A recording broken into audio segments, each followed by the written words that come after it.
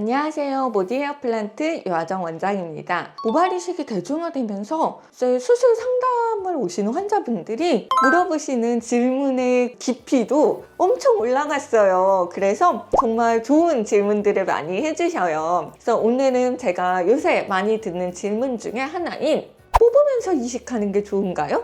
혹은 다 뽑고 나서 이식하는 게 좋은가요에 대해서 좀 설명을 해보겠습니다.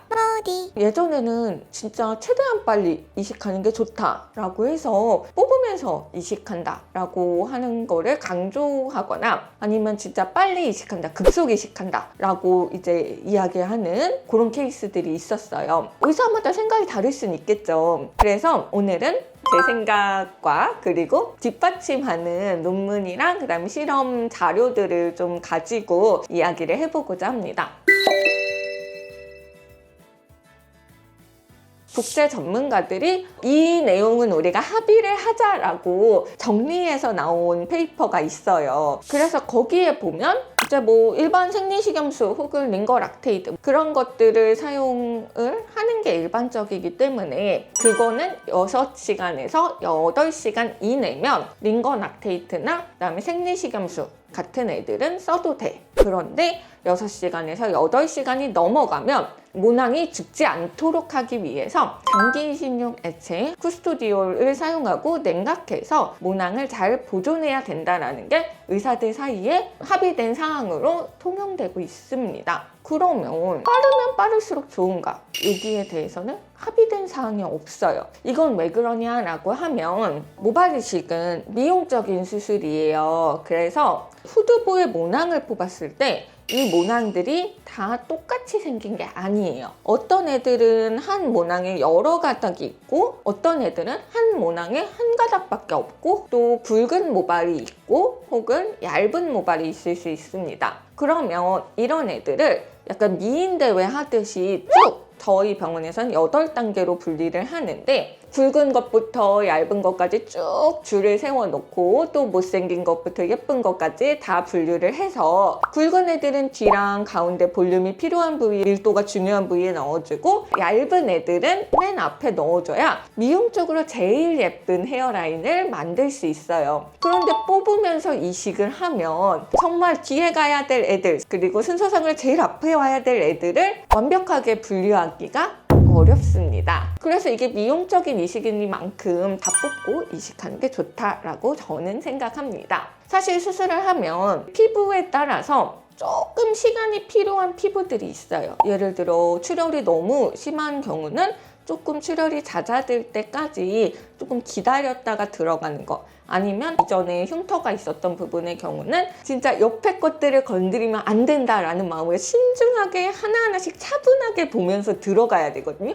그리고 방향이 어려운 두피의 경우 모발 방향이 굉장히 복잡하게 바뀌어요. 그러면 속도에 목숨을 걸기보다는 이 방향을 하나씩 보면서 이 방향을 어떻게 예쁘게 만들어야 나중에 머리가 났을 때 손질하기 쉽고 머리카락이 많아 보일까 이런 것들을 고려하면서 들어가야 돼요. 그러면 사실 수술을 할 때 그걸 보면서 이걸 고민하면서 들어가야 되는데 속도에 목숨을 걸다 보면 맨날 수술을 하고 오래된 저한테도 항상 이제 쉽지 않은 부분이라고 생각을 해요. 그냥 심는 건 쉽지만 예쁘게 심는 건 쉽지 않아요. 그래서 예쁘게 심기 위해서는 정말 약간 신중하게 약간의 시간이 필요한 그런 케이스들인데 이거를 속도에 무조건 목숨을 걸어가지고 빨리빨리 하는 것을 1순위로 삼는다는 건 저는 크게 바람직하지 않다고 생각을 합니다. 저희 모디 헤어 플란트는 연구소가 있으니까 연구소에서 자체적으로 4시간, 8시간, 12시간 해서 생리식염수에 보관한 거랑 장기 이식용 쿠스토디올 우리가 이걸 HTK라고도 약자로 하는데요. HTK에 보관을 해서 그 시간마다 이 세포가 산 세포가 얼마나 있는지를 면역건강 염색으로 4시간, 8시간, 12시간을 저희가 자체적으로 현미경으로 좀 보았습니다. 실제로 저희 연구소에서 나온 데이터예요. 이걸 보면 설명을 드릴게요. 그래서 이게 사실은 어떤 의미냐면 이제 빨간색은 세포의 핵이에요. 그리고 초록색은 살아있는 세포의 시그널입니다. 그러니까 사실 초록색이 빨간색에 비해서 잘 많이 나올수록 살아있는 상태로 보존이 되어 있다라고 생각을 하시면 돼요. 대부분 모발 이식 수술이 뭐 4시간 정도는 걸리잖아요. 그래서 4시간 내에서 생리식염수에 보관한 리빙데드 셀 염색이랑 그다음에 HTK에 보관한 리빙데드 셀 염색을 볼게요. 차이가 보이시나요? 사실 아까 국제 전문가 성명에서는 6시간에서 8시간 이내면 뭐 생리식염수 써도 돼 라고 했지만 실제로 제가 직접 그 면역건강 염색을 해보면 4시간 내에서도 생리식염수를 사용한 것과 장기 이식용 보존액을 사용한 것이 확연히 차이가 나요. 그리고 생리식염수에 보관한 애들의 4시간, 8시간, 12시간 케이스를 한번 볼까요? 역시 시간이 지날수록 빨간 빛에 비해서 초록빛이 많이 줄어든 것을 볼 수 있죠. 근데 중요한 거는 우리가 HTK에 보관한 걸 보세요. 4시간, 8시간, 12시간 봤을 때 시간도 중요한 팩터인 거는 맞아요. 그런데 실제로는 HTK를 사용한 게 생리식염수에 4시간 보관한 것보다 HTK에 8시간 보관한 게 더 면역건강 염색상으로는 낫습니다. 그러니까 실제로는 모낭을 잘 보관하는 게 이 시간보다 훨씬 더 중요해요.